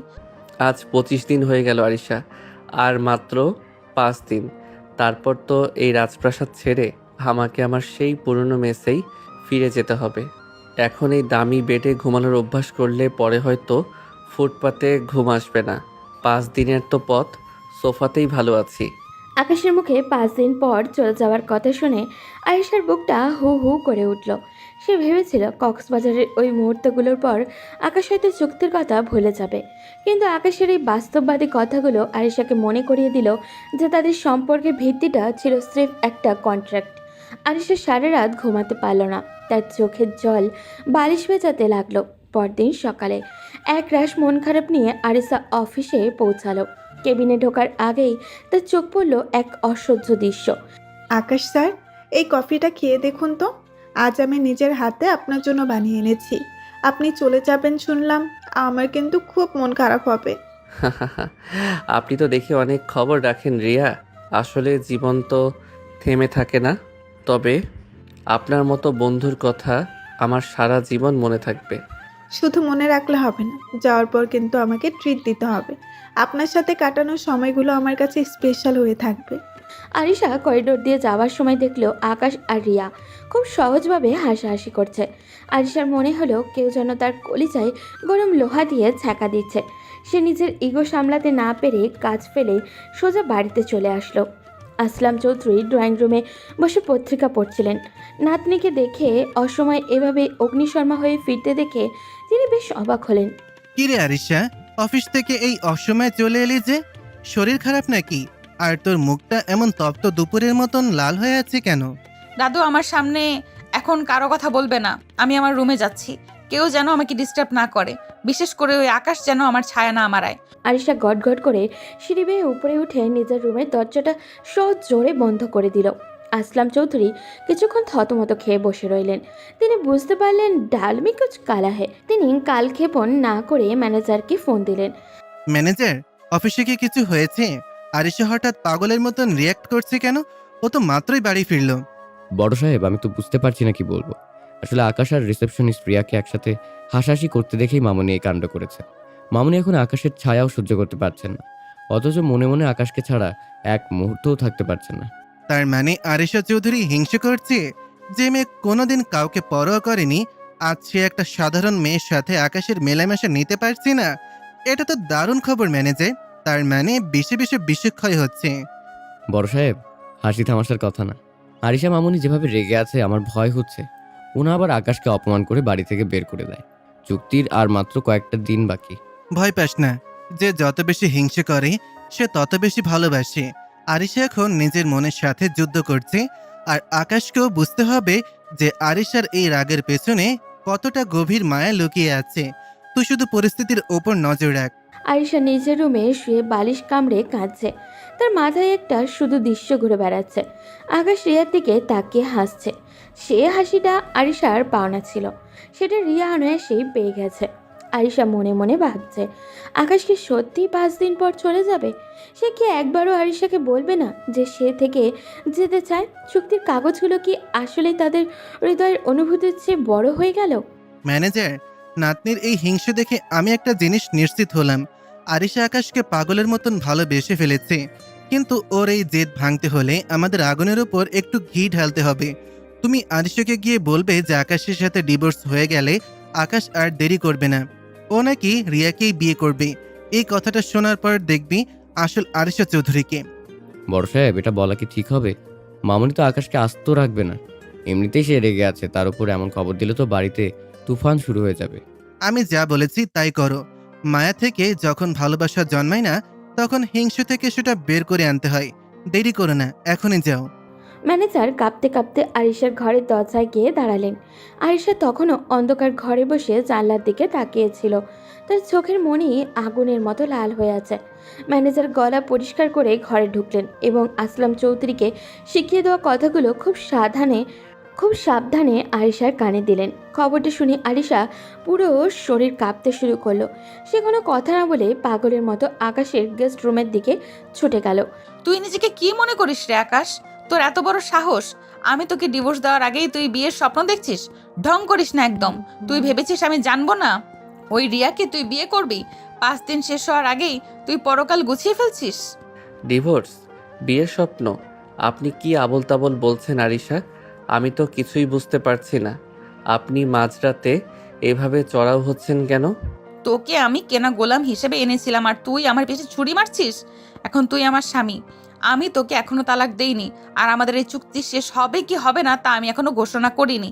আমার পারমিশন ছাড়া তুই অন্য কোনো মেয়ের দিকে তাকানোর সাহস পাস কোথা থেকে? সব পুরুষের সমান চরিত্রহীন কোথাকার। মুখ সামলে কথা বলুন আরিশা। আপনি যাকে তাকে যা খুশি বলতে পারেন না। রিয়া শুধু আমার ফ্রেন্ড, আর আমাদের মধ্যে তো বিয়ের কোনো ভিত্তিই ছিল না। এটা তো একটা কন্ট্রাক্ট ছিল। 5 দিন পর আমি তো আপনার কাছে কেউ না, আমি তো চলেই যাব। তখন আমি কার সাথে থাকলাম তাতে আপনার কি? কেউ না মানে কি? খবরদার আকাশ, ওই রিয়ার নাম নিবি না। ব্যক্তিত্বের দোহাই দিস না একদম। তোর মতো একটা এতিম ছেলের কিসের ব্যক্তিত্ব? তুই তো স্রেফ একটা ভাড়া করা অ্যাক্টর। এখন যাবি ওই রিয়ার কাছে গিয়ে পীড়িত করবি তো? সেটা আমি হতে দেব না। তোকে আমি ছাড়বই না, দেখি তুই কিভাবে বিয়ে করিস। যথেষ্ট হয়েছে আরিশা চৌধুরী। আপনার এই ইগো আর এই সন্দেহবাতিক মন নিয়ে আপনি কোনোদিন সুখী হতে পারবেন না। চরিত্র নিয়ে কথা বলবেন না। আমি আপনার কেনা হতে পারি, কিন্তু আমার ব্যক্তিত্ব আপনার ওই 50 লাখ টাকার চেয়ে অনেক বেশি দামি। আপনি পাগল হয়ে গেছেন আরিশা। আপনার এই জেদ আপনাকে ধ্বংস করে দিচ্ছে। আমি আর এক মুহূর্ত আপনার সাথে কথা বলতে চাই না। আরিশা আর আকাশ একে অপরের দিকে হিংস্রভাবে তাকিয়েছিল। রাগে আরিশার টেবিলের উপরে থাকা কাচের গ্লাসটা জোরে ফ্লোরে আছড়ে ভেঙে পড়ল। কাচের টুকরো ছিটকে আকাশের হাতে লাগলেও আকাশ ভ্রুক্ষেপ করলো না। আরিশা আকাশের আরও কাছে এগিয়ে গিয়ে তার কলারটা টেনে ধরল। মাঝরাতের নিস্তব্ধতা ভেঙে চৌধুরীবিলাসী ঘরে শুরু হলো এক ভয়াবহ লড়াই। কিন্তু এই লড়াইয়ের আড়ালে আরিশার চোখের কোণে যে জল গড়িয়ে পড়ছিল তা কেবল আকাশের হারানোর ভয় ছাড়া আর কিছুই ছিল না। ম্যানেজার চাচা, আকাশ কোথায়? ওকে কি আমি বসিয়ে বসিয়ে বেতন দেই যে ও রিসেপশনে গিয়ে ওই রিয়ার সাথে ঘন্টার পর ঘন্টা আড্ডা দেবে? ওকে এখনই আমার কেবিনে আসতে বলুন। কোনো অজুহাত আমি শুনতে চাই না। এই অফিসে কে বস আর কে এমপ্লয়ি সেটা আজ আমি বুঝিয়ে দেব। আপনি যান এখান থেকে। মামুনি, আকাশ তো একটা ফাইল চেক করতে গিয়েছিল, ও আসছে, তুমি শান্ত হও। এত রাগ করলে তোমারই শরীর খারাপ করবে। আমি ওকে পাঠিয়ে দিচ্ছি। ম্যানেজার বেরিয়ে যেতেই আরিশার কাছের দেওয়ালের উপর দিয়ে দেখলো আকাশের রিয়া হাসাহাসি করছে। রিয়ার হাতের ছোঁয়া আকাশের কাঁধে লাগতেই আরিশার মাথার রক্ত যেন চড়ে গেল। কিছুক্ষণ পর আকাশ কেবিনে ঢোকা মাত্রই আরিশার কানে কথা না বলে ধীর পায়ে এগিয়ে গিয়ে কেবিনের ভারী দরজাটা লক করে দিল। বাইরের শব্দ যেন এক লহমায় নিস্তব্ধ হয়ে গেল। আরিশা, আপনি দরজা লক করলেন কেন? আর এভাবে আমার দিকে এগিয়ে আসছেন কেন? কোনো জরুরি ফাইল সাইন করতে হবে? আপনার চোখ মুখ এমন লাল হয়ে আছে কেন আরিশা? ফাইল তো অনেক সাইন হবে আকাশ, কিন্তু তার আগে বলো রিসেপশনে রিয়ার সাথে কি এত রসলো গল্প হচ্ছিল? তোমাকে কি আমি এখনো প্রেম করার জন্য এনেছি এখানে?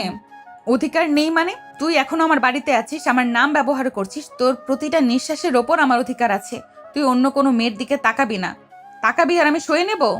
আপনি আবার শুরু করলেন। রিয়া শুধু কাজের কথা বলছিল। আপনার এই সন্দেহবাতিক মনটা কবে ঠিক হবে? আমি আপনার চুক্তিবদ্ধ স্বামী হতে পারি, কিন্তু আমার ব্যক্তিগত জীবনের উপর আপনার কোনো অধিকার নেই। আপনি সীমা ছাড়িয়ে যাচ্ছেন আরিশা। আরিশা একের পর এক ধাক্কা দিয়ে আকাশকে পেছনের দিকে সরিয়ে নিতে যেতে লাগলো। তার চোখে তখন হিংসে আর ভালোবাসার এক বিধ্বংসী আগ্নেয়গিরি। আকাশ পেছনের দিক থেকে সরতে সরতে হঠাৎই কেবিনে রাখা সোফার সাথে পা লেগে ভারসাম্য হারিয়ে ধপ করে পড়ে গেল। আরিশা সেই সুযোগে আকাশের উপরে ঝুঁকে পড়ল। আরিশার চুলের ঘান আর শরীরের উষ্ণতা আকাশের সর্ব প্রতিরোধ ভেঙে দিল। আরিশা আর কোনো কথা না বলার সুযোগ দিল না। সে নিজের সমস্ত আবেগ আর না বলা অভিমানটুকু ঢেলে দিয়ে আকাশের ঠোঁটে নিজের ঠোঁট ডুবিয়ে দিল। চুপ করেছিস কেন? রেসপন্স কেন করছিস না? নাকি আমাকে এখন এইভাবে মেনে নিতে পারছিস না? নাকি ওই রিয়ার ছোঁয়া পাওয়ার পর আমার এই পাগলামি তোর কাছে বিষ মনে হচ্ছে? বল আকাশ, কথা বল। কেন করিস এমন আকাশ? কেন আমাকে এত কষ্ট দিস? তুই জানিস না তোকে আমি অন্য কারোর সাথে দেখলে আমার কলিজা ছিঁড়ে যায়? আরিশা, আপনি জানেন না আপনি কি করছেন? আপনি আমাকে পাগল করে দিচ্ছেন। আমি তো নিজেকে সামলানোর চেষ্টা করছিলাম, কিন্তু আপনি তো সব বাঁধ ভেঙে দিলেন। আপনি কি আসলেই চান আমি আপনাকে সেভাবে গ্রহণ করি যেভাবে একজন স্বামী তার স্ত্রীকে করে? আকাশ আর নিজেকে আটকে রাখতে পারল না। সেও আরিশার কোমর শক্ত করে হাত জড়িয়ে ধরে তাকে নিজের বুকের উপরে টেনে নিল। এবার আকাশ নিজেই পাগলের মতো আরিশার ঠোঁটে নিজের ঠোঁট চেপে ধরল। আরিশা প্রথমবার কোনো পুরুষের এমন বলিষ্ঠ আর আদিম ছোঁয়া পেয়ে নিজেকে সামলাতে পারছিল না। আকাশের হাত যখন আরিশার কোমর আর স্পর্শকাতর জায়গাগুলোতে বিচরণ করতে লাগলো, আরিশার সারা শরীরে বিদ্যুৎ খেলে গেল। তার সমস্ত দম্ভ আর আভিজাত্য যেন এই এক চিলতে আগুনের কাছে আত্মসমর্পণ করলো। আমাকে ছেড়ে যাবি না তো আকাশ? এই 5 দিন শেষ হওয়ার পর তুই কি আমাকে এই নরকে একা রেখে চলে যাবি? আমি তোকে ছাড়া বাঁচতে পারবো না আকাশ। আমি আজ স্বীকার করছি, আমি তোর কাছে হেরে গেছি। আপনার এই পাগলামি আমাকে আপনার মায়ায় চিরতরে বেঁধে ফেলেছে আরিশা। আমি জানতাম না এই কঠিন হৃদয়ের নিচে এতটা প্রেম জমা ছিল। আজ থেকে আপনি শুধু আমার আর আমি শুধু আপনার। কোনো চুক্তি আমাদের আলাদা করতে পারবে না।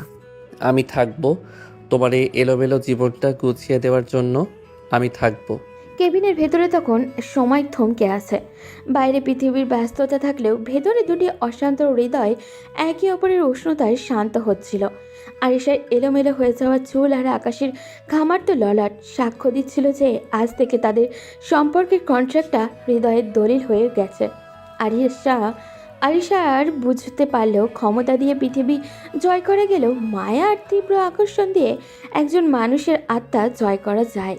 কেবিনের ভেতরে তখন আবেগ আর উষ্ণতার এক চূড়ান্ত মুহূর্ত বইছিল। ঠিক সেই সময় হঠাৎই দরজায় সজোরে টোকা পড়ার শব্দে দুজন যেন আকাশ থেকে আছড়ে পড়ল। আরিশা আর আকাশ এক ঝটকায় একে অপরের থেকে আলাদা হয়ে ছিটকে দুদিকে সরে গেল। দুজনের অবস্থান তখন ভীষণ বিধ্বস্ত। আরিশার পরনের ফর্মাল শার্টের ওপরে বোতামগুলো খোলা, ইন করা শার্ট বের হয়ে এসেছে আর দামি ব্লেজারের ব্লেজারটা মেঝের উপরে পড়ে আছে। তার চুলগুলো এলোমেলো হয়ে মুখের উপরে এসে পড়েছে আর চোখের কাজল লেপ্টে একাকার। আর আকাশ শার্টের অবস্থা করুন। সে হাঁপাতে নিজেকে সামলানোর চেষ্টা করছে। আকাশ, আমার অবস্থা দেখো। ব্লেজারটা মেঝের উপর পড়ে আছে, শার্টের এই অবস্থা। বাইরের কেউ যদি আমাদের এই অবস্থায় দেখে তবে সম্মান সব ধুলোয় মিশে যাবে। আমি কি করব এখন? দাদুকে মুখ দেখাবো কি করে? আরিশা, প্যানিক করবেন না, একদম না। আপনি আগে ব্লেজারটা তুলুন, শার্টটা ঠিক করে ওয়াশরুমে যান। আমি দরজা খোলার আগে সময় নিচ্ছি। Please quick. আরিশা মেঝের উপর থেকে নিজের ব্লেজারটা তুলে নিয়ে করুণ চোখে আকাশের দিকে তাকালো। সে কাঁপতে কাঁপতে ড্রেসিংয়ে ঠিক করার চেষ্টা করছে। আকাশ আরিশার অসহায়ত্ব বুঝতে পেরে চোখের ইশারায় কেবিনের ভেতরে ওয়াশরুমের দিকে ইশারা করলো। আরিশা দ্রুত শার্টের বোতামগুলো আটকাতে আটকাতে ওয়াশরুমের ভেতরে ঢুকে গেল। আকাশ একটা দীর্ঘশ্বাস ফেলে নিজের শার্টের হাতা ঠিক করে আর চুলগুলো হাত দিয়ে আঁচড়ে নিয়ে ধীর পায়ে গিয়ে কেবিনের দরজা খুলে দিল। সামনে ম্যানেজারকে দেখে আকাশ একটু অদ্ভুত অপ্রস্তুত হাসি দিল। আকাশ, দরজা লক করা ছিল কেন? আর তোমার কপালে তো ঘাম কেন? আরিশা মামুনি কোথায়? ওনার সাথে একটা খুব আর্জেন্ট ফাইলে সই লাগবে। ওহ ম্যানেজার চাচা আপনি? আসলে ম্যাম একটু ফ্রেশ হতে ওয়াশরুমে গিয়েছেন। আর বুঝতেই তো পারছেন অফিসের এসির অবস্থা একদম ভালো না, খুব গরম লাগছিল। আপনি ভেতরে আসুন। ম্যানেজার কেবিনে ঢুকে চারিদিকে সন্নিগ্ধ দৃষ্টিতে তাকাতে লাগলেন। সোফাটা এলোমেলো হয়ে আছে আর কার্পেটের উপরে আরিশার চুলের পিন পড়ে থাকতে দেখে তিনি কিছুটা থমকে গেলেন। ম্যানেজার যখন আরও সামনে এগিয়ে মেঝের দিকে তাকাতে যাচ্ছিলেন, আকাশ বুঝতে পারল এখনই ওনার ফোকাস অন্যদিকে সরাতে হবে। সে হুট করেই অদ্ভুত আর আবোল তাবোল প্রশ্ন করতে শুরু করলো। আচ্ছা ম্যানেজার চাচা, আপনি কি কখনো ভেবেছেন যে পৃথিবীর সব মানুষ যদি একদিন হঠাৎ করে উল্টো হয়ে হাঁটতে শুরু করে, তবে কি আমাদের অফিসের সিলিং ফ্যানগুলো মেঝেতে লাগাতে হবে? সুতো কি তখন আমরা গ্লাভস হিসেবে হাতে পরব? কি বলছো আকাশ? তোমার কি মাথা ঠিক আছে? আমি অফিসের ফাইলের কথা বলছি আর তুমি উল্টো হয়ে হাঁটার গল্প করছো কেন? তোমার চোখ মুখ তো দেখি কেমন লাল হয়ে আছে। আরে চাচা, এটা একটা সাইকোলজিক্যাল প্রশ্ন। আর একটা কথা বলুন তো, সমুদ্রের সব জল যদি একদিন হঠাৎ স্ট্রবেরি জুস হয়ে যায়, তবে কি মাছগুলো সব মিষ্টি হয়ে যাবে? আপনি কি কখনো মিষ্টি ইলিশ মাছের কথা কল্পনা করেছেন? ইলিশ মাছের সাথে চিনি খেলে কেমন লাগবে বলুন তো? আকাশ, তুমি কি আজ অসুস্থ নাকি আরিশা মামুনি তোমাকে বেশি বকাঝকা করেছে? এসব কি পাগলের মতো কথা বলছো? তোমার পালস তো মনে হচ্ছে অনেক ফাস্ট। আমি একদম ফিট চাচা। আসলে আমি ভাবছিলাম যে বিড়াল যদি কথা বলতে পারতো, তবে কি তারা আমাদের ইনক্রিমেন্টের জন্য সুপারিশ করত? আপনি কি কখনো কোনো বিড়ালের ইন্টারভিউ নিয়েছেন? বিড়ালরা কি অ্যাকাউন্টিংয়ে ভালো হয়? ম্যানেজার আকাশের এই অর্থহীন কথা শুনে নিজের কপালে হাত দিলেন। তিনি ভাবলেন আকাশ হয়তো কাজের প্রেসারে পুরোপুরি মানসিক ভারসাম্য হারিয়ে ফেলেছে। তিনি আর কেবিনের পরিবেশ নিয়ে সন্দেহ করার কথা ভুলে গিয়ে আকাশকে শান্ত করার চেষ্টা করতে লাগলেন। এরই মধ্যে ওয়াশরুম থেকে আরিশা নিজেকে পুরোপুরি পরিপাটি করে বের হয়ে এলো। তার চেহারায় এখন সেই আগের বর্ষলভ গাম্ভীর্য, যদিও গালের লালিমা তখনও পুরোপুরি মোছেনি। ম্যানেজার চাচা আপনি ওখানে? আকাশকে ইগনোর করুন। ও মাঝে মাঝে বেশি বই পড়ে, এমন ওয়ার্ড সব কথাবার্তা বলে। দিন ফাইলটা দিন, আমি সই করে দিচ্ছি। মামুনি, আকাশ তো দেখি বিড়ালের ইন্টারভিউ আর মিষ্টি ইলিশের গল্প শোনাচ্ছে আমাকে। ওর জন্য বোধহয় একজন ডাক্তার লাগবে। যাই হোক, আপনি সইটা করে দিন, আমি এক্ষুনি বের হব। আমার কেন জানি এখানে বেশিক্ষণ থাকতে অস্বস্তি লাগছে। আরিশা দ্রুত সই করে দিলেন। ম্যানেজারের ফাইলটা নিয়ে এক প্রকার দৌড়েই কেবিন থেকে বেরিয়ে গেলেন। তিনি যাওয়ার সময় মনে মনে ভাবছিলেন যে আরিশার সাথে থাকতে থাকতে বেচারা আকাশের মাথাটা বোধহয় সত্যিই গেছে। ম্যানেজার চলে যেতেই আরিশা আর আকাশ একে অপরের দিকে তাকিয়ে হো হো করে হেসে উঠল। তাদের এই হাসির আড়ালে লুকিয়েছিল এক গভীর স্বস্তি আর একে অপরের প্রতি জন্মানো সেই তীব্র অনুভূতি। কেবিনের সেই ঘটনার পর থেকে আকাশ আর আরিশার সম্পর্কটা এখন আর চুক্তির মধ্যে সীমাবদ্ধ নেই। অফিসের চার দেওয়াল আর চৌধুরী ভিলার অন্দরমহলে এখন চুইয়ে পড়ছে তাদের গোপন রোম্যান্স। আরিশার সেই তপ্ত মেজাজ এখন আকাশের একটা হাসিতেই জল হয়ে যায়। তবে অফিসের সবার চোখ এড়াতে তারা শুরু করেছে এক মিষ্টি লুকোচুরি প্রেম। আকাশ এই ফাইলটা নিয়ে একটু লাইব্রেরিতে আসো তো, একটু রেফারেন্স চেক করতে হবে। আসছি ম্যাম। লাইব্রেরির অন্ধকার কোণে বুক শেলফের আড়ালে আকাশ ফাইল হাতে দাঁড়িয়ে আরিশার পেছন থেকে এসে ওর হাতটা জাপটে ধরল। আকাশ চমকে ফিরে তাকাতেই দেখলো আরিশার মুখে একটা দুষ্টুমি ভরা হাসি। আরিশা, কেউ দেখে ফেললে তো কেলেঙ্কারি হয়ে যাবে। অফিসের মাঝখানে এসব কি পাগলামি? কেউ দেখবে না। ম্যানেজার চাচা মিটিং আর বাকিরা লাঞ্চে। কতক্ষণ ধরে তোমাকে শুধু দূর থেকে দেখছি, একবার ছুঁয়ে দেখতে ইচ্ছে করছিল। 5 দিনের চুক্তি তো কবেই শেষ হয়েছে আকাশ। এখন কি আমাকে একটু ভালোবাসার অধিকার দেওয়া যায় না? আরিশার কপালে আলতো করে চুমু খেলো। অধিকার তো তুমি সেদিনই আদায় করে নিয়েছো, যেদিন আমার কলার ধরেছিলে। এখন চলো এখান থেকে বের হই, কেউ দেখলে কিন্তু দাদুর কানে খবর চলে যাবে। এই লুকোচুরি শুধু অফিসেই নয়, বাড়িতেও চলতে থাকে। গভীর রাতে সবাই যখন ঘুমিয়ে পড়ে, আরিশা পা টিপে টিপে আকাশের গেস্ট রুমে চলে আসে।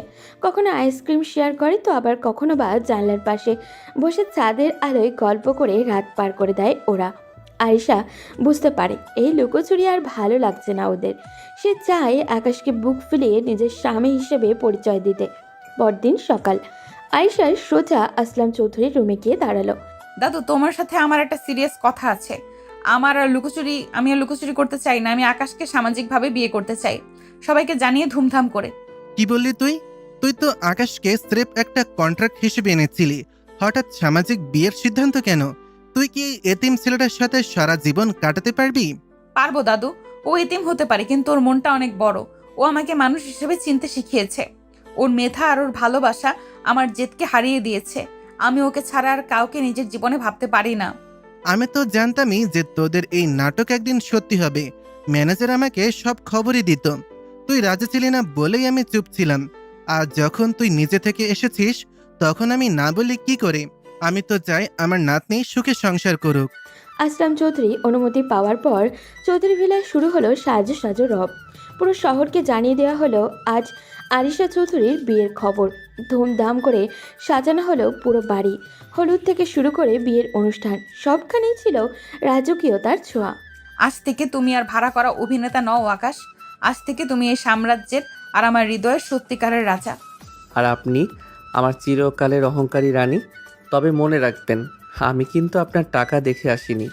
আমি এসেছি এই কঠিন হৃদয়ের আড়ালে লুকিয়ে থাকা ছোট্ট মেয়েটার খোঁজে। আকাশ আর আরিশা যখন একে অপরের দিকে তাকালো, তখন তাদের চোখে ছিল আগামী দিনের সোনালী স্বপ্ন। আসলাম চৌধুরী দূরে দাঁড়িয়ে তৃপ্তির হাসি হাসছিলেন। ম্যানেজার চাচার চোখেও ছিল আনন্দের পানি।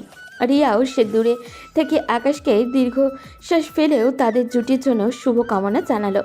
এতিম আকাশ আজ সত্যি কোটিপতি বর হলো, তবে সম্পদের জন্য নয়, ভালোবাসার ঝরে। পুরো চৌধুরী ভিলা আজ আলোকসজ্জা ঝলমল করছে। গেট থেকে শুরু করে মূল ফটক পর্যন্ত সাদা ও গোলাপি রঙের গোলাপের সমারোহ। আজ আরিশা চৌধুরী আর আকাশের সামাজিকভাবে বিয়ের দিন। শহরের নামি দামি সব অতিথি আজ আমন্ত্রিত। সবার মুখে একটাই কথা, আরিশা যাকে বিয়ে করছে সে নাকি সাধারণ কোনো মানুষ নয়, বরং এক অসামান্য মেধাবীর অধিকারী। বিয়ের এই জাঁকজমকপূর্ণ অনুষ্ঠানের মাঝেই আকাশ আর আরিশা ছোট ছোট কিছু মিষ্টি মুহূর্ত তৈরি হচ্ছিল। আকাশ, দেখো তো আমার মেকআপটা কি বেশি হয়ে গেছে? আমার কেন জানি খুব ভয় লাগছে। এত মানুষের সামনে আমি আগে কোনোদিনও এইভাবে আসিনি। ভয় পেও না আরিশা, তোমাকে আজ একদম রূপকথার পরীর মতো লাগছে। এই লাল বেনারসি আর গয়নায় তোমাকে এত সুন্দর লাগবে আমি কল্পনাও করিনি। আমার দিকে তাকাও, মনে করো এখানে আমরা দুজন ছাড়া আর কেউ নেই। তুমি যখন পাশে থাকো তখন পৃথিবীটা অনেক বেশি নিরাপদ মনে হয়। আমি ভাবি যদি ওই দিন তোমাকে চুক্তিতে সই না করাতাম, তবে কি আজ আমরা এই জায়গায় দাঁড়াতে পারতাম? বিয়ের আসরে কাজী সাহেব আসতেই পুরো বাড়ি নিস্তব্ধ হয়ে গেল। আসলাম চৌধুরী আকাশের কাঁধে হাত রেখে তাকে আসরে নিয়ে আসলেন। আরিশা তখন পর্দার আড়ালে বসে কাঁপছিল। যখন আকাশ কবুল বলল, তখন আরিশার মনে হলো তার জীবনের দীর্ঘদিনের একাকিত্ব আজ ঘুচে গেল বোধহয়। এরপর আরিশা কবুল বলার পালা। কম্পিত কণ্ঠ সে যখন 3 বার কবুল বলল, তখন উপস্থিত সবাই হাততালি দিয়ে তাদের অভিনন্দন জানালো। আকাশ, আমি আজ আমার জীবনের সবচেয়ে মূল্যবান সম্পদ তোর হাতে তুলে দিলাম। আমি জানি আরিশা একটু জেদি, কিন্তু ওর মনটা কাচের মতন স্বচ্ছ। তুই ওকে আগলে রাখিস। আজ থেকে তুই শুধু আমার নাত জামাই না, আমার নিজের নাতি হিসেবেই মেনে নিলাম। এই এতিম কথাটা যেন আর কোনোদিন তোর মনে না আসে। এই বাড়িটা এখন তোরও। দাদু, আমি হয়তো এতিম হয়ে পৃথিবীতে এসেছিলাম, কিন্তু আজ আপনার মতো অভিভাবক আর আরিশার মতো জীবনসঙ্গিনী পেয়ে আমি পৃথিবীর সবচেয়ে ধনী মানুষ হয়ে গেছি। কথা দিচ্ছি দাদু, আপনাদের এই বিশ্বাস আমি কোনোদিন ভাঙতে দেব না। বিয়ের আনুষ্ঠানিকতা শেষ করে আকাশ আর আরিশা যখন পাশাপাশি বসলো, তখন ম্যানেজার চাচা একগাল হাসি নিয়ে এগিয়ে আসলেন। তার পেছনেই ছিল রিয়া। রিয়া আজ খুব সুন্দর করে একটা নীল শাড়ি পরে এসেছে। সে আকাশের সামনে এসে একগুচ্ছ ফুল বাড়িয়ে দিল। অভিনন্দন আকাশ স্যার। আর আরিশা ম্যাম, আপনি আসলেই খুব লাকি। আকাশের মতো একজন মানুষকে জীবনসঙ্গী হিসেবে পাওয়া ভাগ্যের ব্যাপার। আপনারা সারা জীবন খুব সুখে থাকবেন। ধন্যবাদ রিয়া। আমার সাথে আকাশের যে বন্ধুত্ব বা ভালোবাসা, সেখানে তোমার অবদানও কম নয়। তোমার জন্যই তো আমি বুঝতে পেরেছিলাম যে আমি আকাশকে কতটা ভালোবাসি। আজ থেকে তুমি আমাদের অফিসে শুধু এমপ্লয়ি নও, আমাদের পরিবারের একজন ভালো বন্ধু হয়ে থাকবে। রাত যখন গভীর হলো, আয়েশা আর আকাশ তাদের ফুলশয্যার ঘরে ঢুকলো। পুরো ঘরটা রজনীগন্ধার মিষ্টি গন্ধে ভরে আছে। আয়েশা জানলার পাশে গিয়ে দাঁড়ালো। বাইরে আকাশে তখন চাঁদটা আজ বড্ড বেশি উজ্জ্বল। আকাশ ধীর পায়ে এগিয়ে গিয়ে আয়েশাকে পেছন থেকে জড়িয়ে ধরল। আয়েশা লজ্জায় আকাশের বুকে মাথা রাখলো। আরিশা, 1 মাসের সেই চুক্তিটা আজ থেকে এক জীবনের চুক্তিতে পরিণত হলো। আমি সারাটা জীবন তোমার হাত এভাবেই ধরে থাকতে চাই। তুমি কি থাকবে আমার পাশে? আমি তো তোমার মায়ে অনেক আগেই ধরা দিয়েছি আকাশ। আজ থেকে আর কোনো মালিক নেই, কোনো দাস নেই। আজ থেকে শুধু আমরা দুজনেই একে অপরের। এইভাবেই যেন আমাদের প্রতিটি ভোর আর রাত কাটে। আকাশের হাতের আঙুলগুলো আয়েশার আঙুলের ফাঁকে মিশে গেল। বাইরের নিস্তব্ধতা সাক্ষী দিচ্ছিল এক নতুন সূচনার। একসময় যা ছিল অভিনয়, আজ তা নিরেট বাস্তব। এতিম আকাশের মেধা আর ভালোবাসা দিয়ে জয় করে নিল আয়েশার কঠিন হৃদয়ের রাজ্য। এভাবেই চৌধুরী ভিলার ছাদে এক নতুন সোনালী ভোরের অপেক্ষায় সমাপ্ত হলো আকাশ ও আয়েশার অমিলন প্রেমের উপমা হয়ে রইল।